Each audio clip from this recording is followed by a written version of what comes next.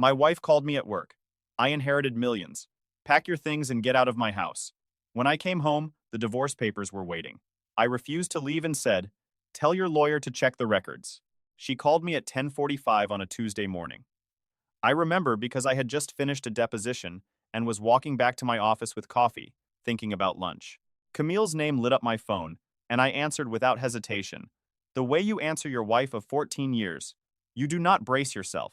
You simply pick up. Her voice was clipped and flat, as if she were reading from a document. Before I could ask what was wrong, she told me to listen carefully and not interrupt. I stopped in the hallway. In a marriage, there are tones the body understands before the mind does. My stomach dropped before I knew why. Camille said her uncle Gerald had died the night before. He had no wife or children, and his estate attorney had called that morning to say he had left everything to her: the property, accounts, cash, and the entire estate. After a deliberate pause, she said it was worth between $6 and $8 million. I struggled to absorb it. Gerald Fowler, Camille's mother's older brother, was a retired oil consultant from Midland, Texas.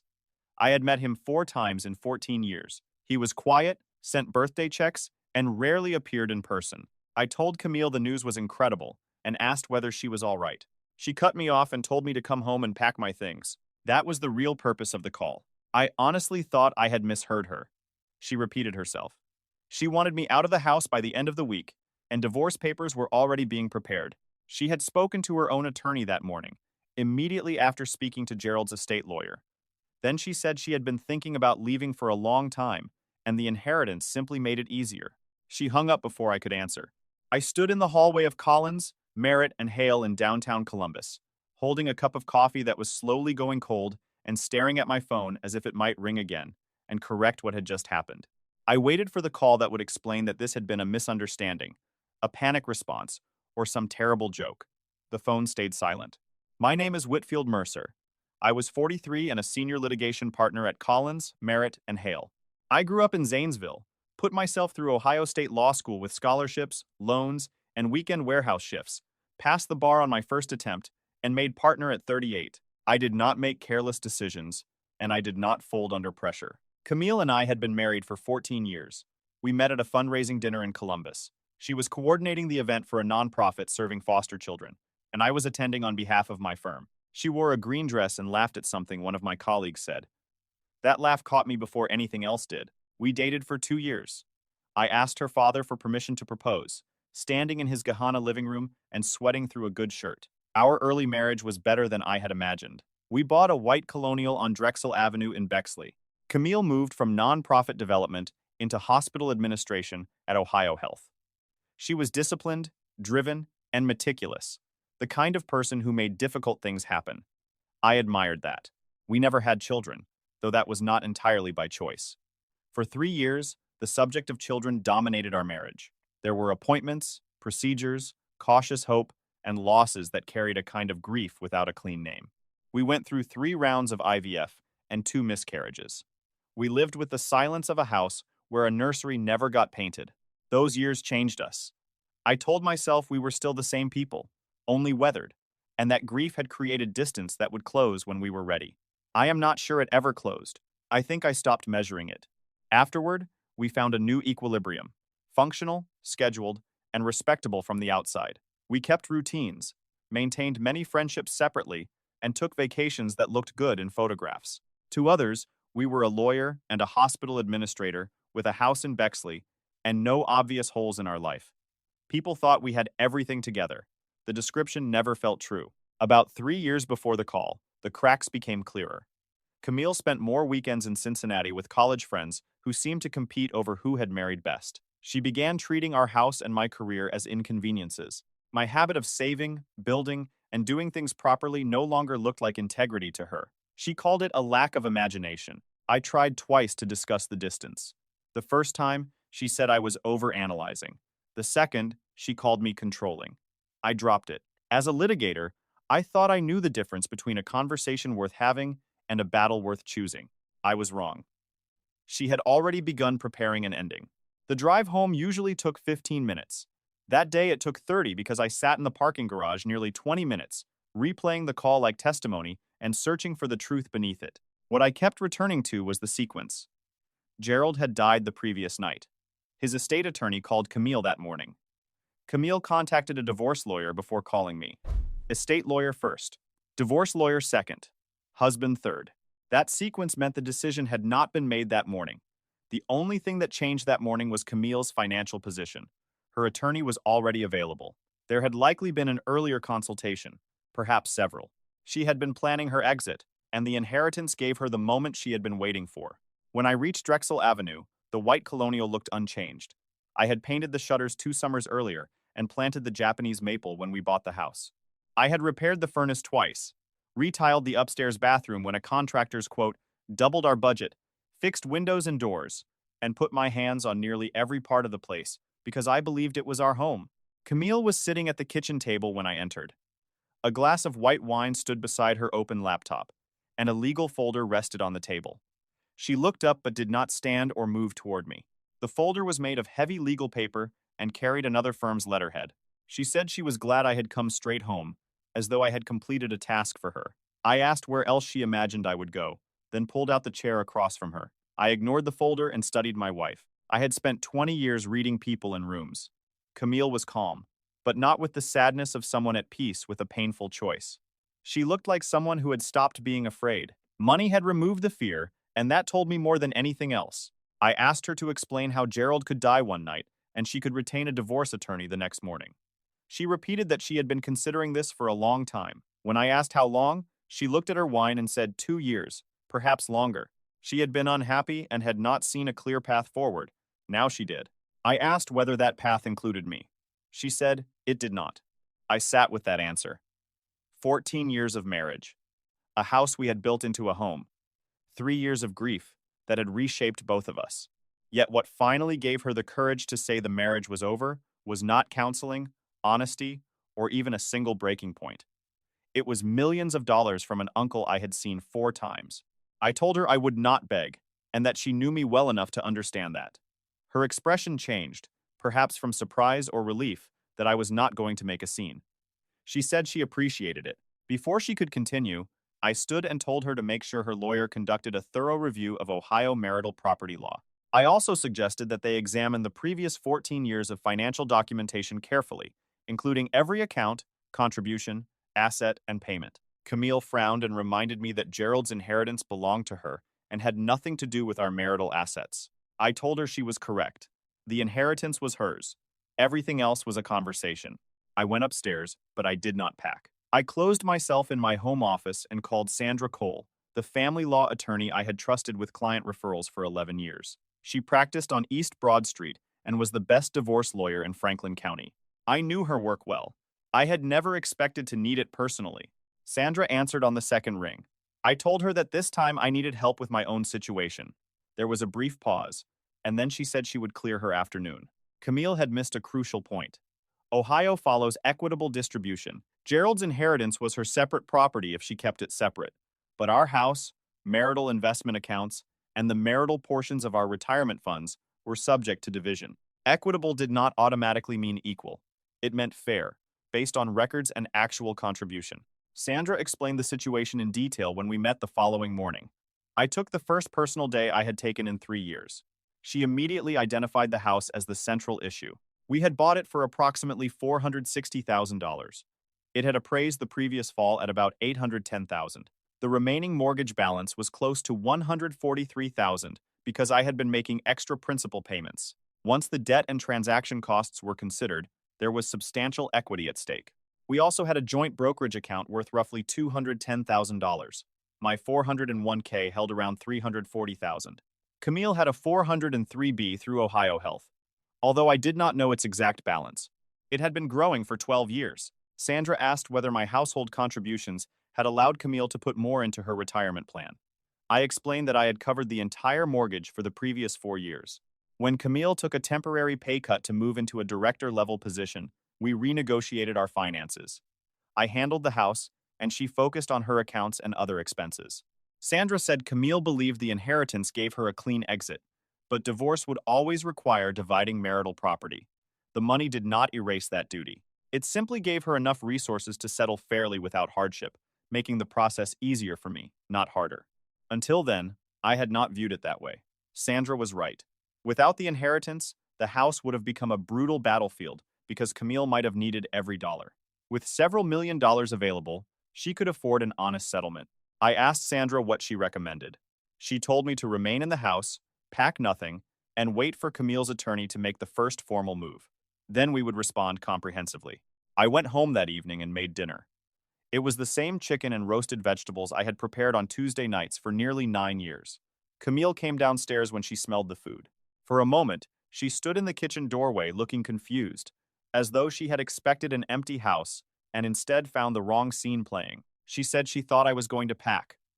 I told her I had never agreed to leave and that dinner would be ready at 7. She went back upstairs and ate alone in her room. I sat at the kitchen table with my case notes, trying not to think about the thousands of meals we had shared in that same place, or about the fact that I had begun counting how many remained. For the next several weeks, days felt endless while weeks vanished.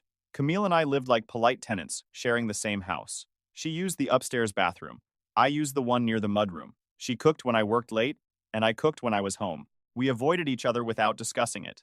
3 weeks after the phone call, Camille's attorney sent the first settlement proposal.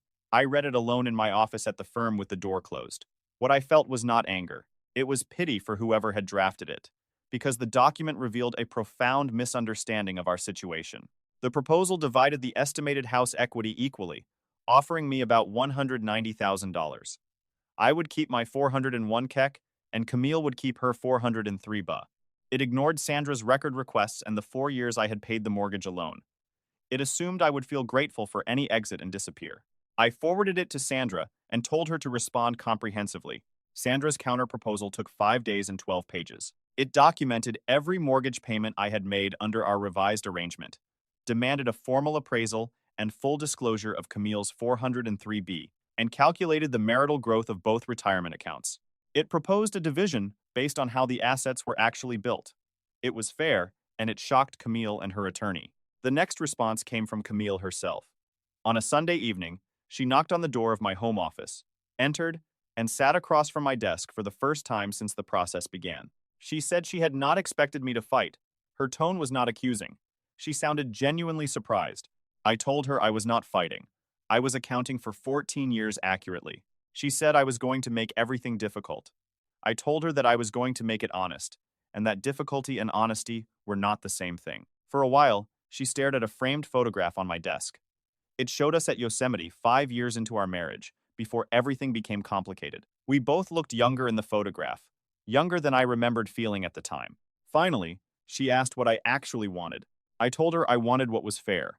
I wanted a settlement that reflected what I had truly contributed, financially and otherwise. I wanted to look at the final document and know that the 14 years I had given the marriage were treated as though they counted. She looked at the photograph again and said she had not intended for things to happen this way. I asked whether she meant the phone call or the marriage. She did not answer. She stood, glanced around the office at the bookshelves, my framed law school diploma, and the toolbox I had left in the corner after repairing a window latch the previous week. Then she left without another word. 2 weeks later, her attorney contacted Sandra to schedule mediation.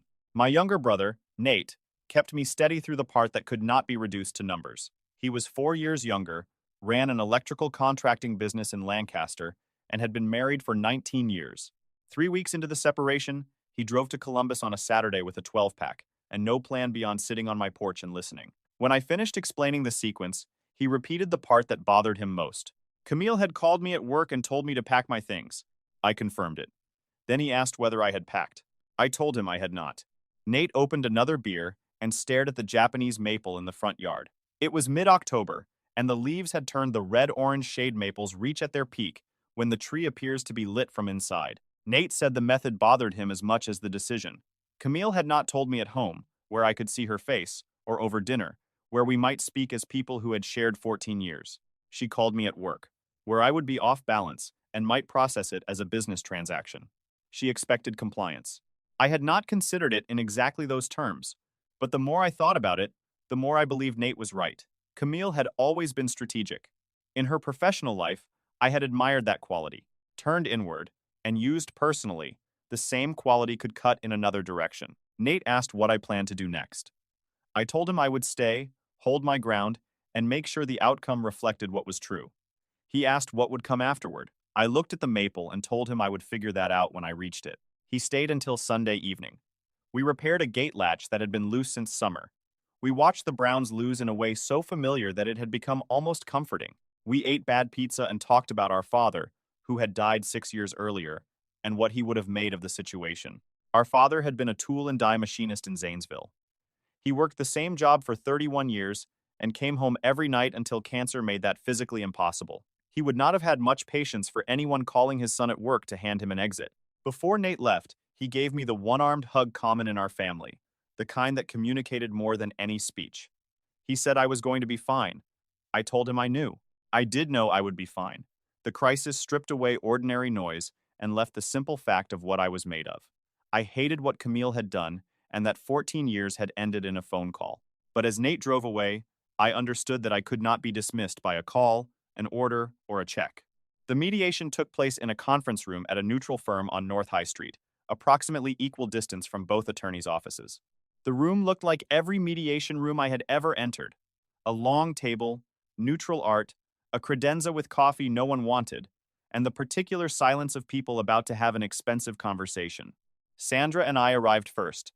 Camille entered with her attorney, Priscilla Gates, whom I knew from the courthouse. Sitting across from me in the bright conference room, Camille looked tired. The cool certainty of the inheritance call had been replaced by something more complicated. The mediator was Frank Delaney, a man with 25 years of experience. He explained that both sides had agreed to attempt mediation before litigation, and that the goal was a settlement both parties could accept. We all understood the standard framing. The session lasted 3.5 hours. Camille had entered believing $6 million made her position unassailable. That afternoon, she learned money did not erase history, 4 years of mortgage payments, 14 years of records, or the marital character of shared assets. Sandra presented our position methodically. She organized the mortgage records, property history, retirement data, brokerage contributions, and analysis of the financial arrangement Camille and I had chosen together. Frank asked questions. Priscilla challenged some points and conceded others. Camille remained very still, watching Sandra move through the documentation.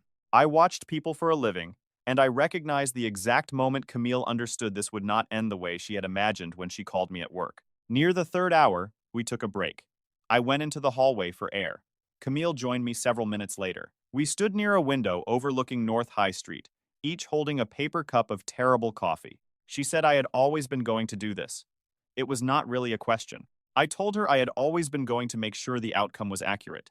She admitted that she had believed the money would make everything simple. I told her money did not make things simple. It made them faster. In our case, it also made it possible for her to settle fairly without suffering hardship, which meant the marriage could end cleanly for both of us. She looked down at her coffee and asked whether I hated her. I considered the question carefully before answering. I told her I did not hate her.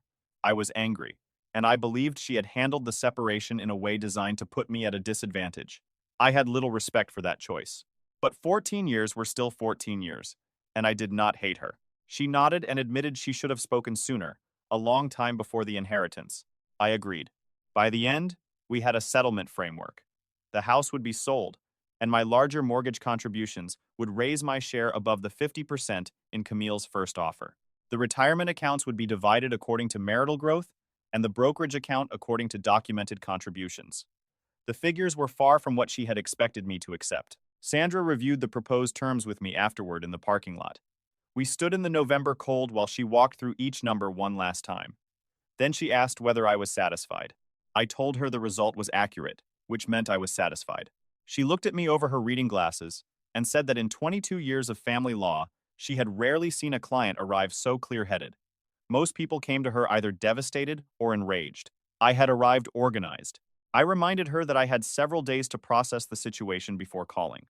She said most people did not use those days the way I had. After Sandra left, I stood beneath the gray November sky and considered how differently this could have ended. I could have followed Camille's script, packed immediately, abandoned the house, and accepted the first offer out of shock, pride, or fear of looking greedy. It would have ended faster, but it would have been wrong. Not merely unfair, factually wrong. The official story of our marriage would have recorded our contributions inaccurately, and I would have carried that false record for the rest of my life. I did not want an inaccurate story. That refusal, more than anger or any desire to punish Camille, kept me steady. I wanted the ledger to tell the truth. The house sold in February. The Bexley market remained strong, and the final price came close to the fall appraisal. I watched movers carry out the furniture. The couch, the dining table, and the bed frame Camille and I had bought years earlier from a shop in the short north on a Saturday when we were still the kind of couple who browsed furniture stores together. Watching the furniture leave brought grief, not only for the marriage, but for the future I had expected. 14 years of building had shaped how I imagined the years ahead. Once that life dissolved, everything had to be recalculated, slowly and quietly. Beneath the grief, however, was relief. The pretending was over. I no longer had to come home every night and read the atmosphere, trying to decide whether we were having a good week or a difficult one. I no longer had to carry the weight of a distance I could not close. I knew where I stood, and there was freedom in that knowledge. I moved into a second-floor apartment in a converted Victorian on East Russell Street in Italian Village, just north of downtown Columbus. I liked the older buildings, restaurants, and the fact that I could walk to work in good weather. The apartment had high ceilings and tall windows filled with real light. I furnished it slowly, buying only what I actually wanted, instead of filling empty space for the sake of appearances. It was the quietest place I had lived since law school. Nate came up during my first weekend there and helped assemble a bookcase. When we finished, we stood back and examined it. He said it was a good place. I told him it was. 6 months after the phone call, something happened that I had not predicted. I attended a continuing legal education seminar at the Columbus Convention Center in April, one of those full-day professional obligations where everyone attends because the credits are required and spends the morning hoping the afternoon passes more quickly. At lunch, I sat with Adrienne Cole, an estate planning attorney from Dublin. She was practical and direct. We discussed the morning sessions, then a contested inheritance case she was handling, which led me to mention that I had recently been affected by an inheritance in an indirect way. I gave her the condensed version of what had happened. She listened without interrupting, which is rarer than it should be. When I finished, she asked how I had kept my head through the process. I told her I focused on what was accurate, not what made me look good, not what might have felt satisfying in the moment, but what was actually true. She said that was a good way to practice law. I told her it was also a decent way to survive a divorce. She smiled, and it was a genuine smile rather than a polished professional one. We exchanged cards before the afternoon session. I did not rush to conclusions about Adrienne. Still, 2 weeks later, she called about a referral, and we talked for an hour about everything except work. I began looking forward to our conversations in a way I had not for a long time. There was a lightness in starting again while knowing exactly who I was. It was not the lightness of someone who believed he had escaped. I did not feel that I had escaped anything. I felt that I had accounted for something. The ledger was correct, and I could move forward from an honest starting point. I thought often about what the experience had taught me. Knowing your legal rights when a marriage ends matters enormously. A good attorney matters, and getting one early matters. But the larger lesson reached beyond property law. When Camille called me at work, she had made a calculation. She believed several $1 million would allow her to move past 14 years without a real reckoning. She believed the inheritance would make me fold. Because she had gained financial independence, she assumed she also had the power to write any ending she wanted. Camille's larger mistake was believing my identity depended on her approval. She had watched me be steady, careful, and committed for 14 years, then confused steadiness with passivity, and a man who avoided scenes with a man who could be dismissed. I understood the mistake. While she pulled away, I kept much inside, thinking I was being stable. Perhaps I also made myself invisible. That was not self-blame, but information. Marriage requires both people to show up fully, not only as agreeable surfaces. I would not repeat that mistake. The house on Drexel Avenue was sold to a young couple from Westerville. They had a 2-year-old child and another baby on the way. A few weeks after closing, I drove past in March and saw lights glowing inside. A new family had begun filling the rooms. The Japanese maple remained in the yard, budding after the Ohio winter. I remembered planting it 11 years earlier while Camille cooked inside and garlic drifted through the screen door. I remembered settling the root ball into prepared soil and knowing it would grow. I planted that tree because I wanted something that would last, something that would remain for 20 years. The tree was still there. Only the people around it had changed. Some things take longer to grow than you expect. Some survive winters you never believed you would endure. And sometimes you wake in a new apartment with light coming through old windows and realize that beginning again from an accurate position is not defeat. It is the only honest way forward. My name is Whitfield Mercer. I was 43 years old, living on East Russell Street in Italian Village, Columbus, Ohio. For the first time in years, my life had exactly the size and shape it needed. I signed the divorce papers gladly, but I signed the right papers, the ones that told the truth.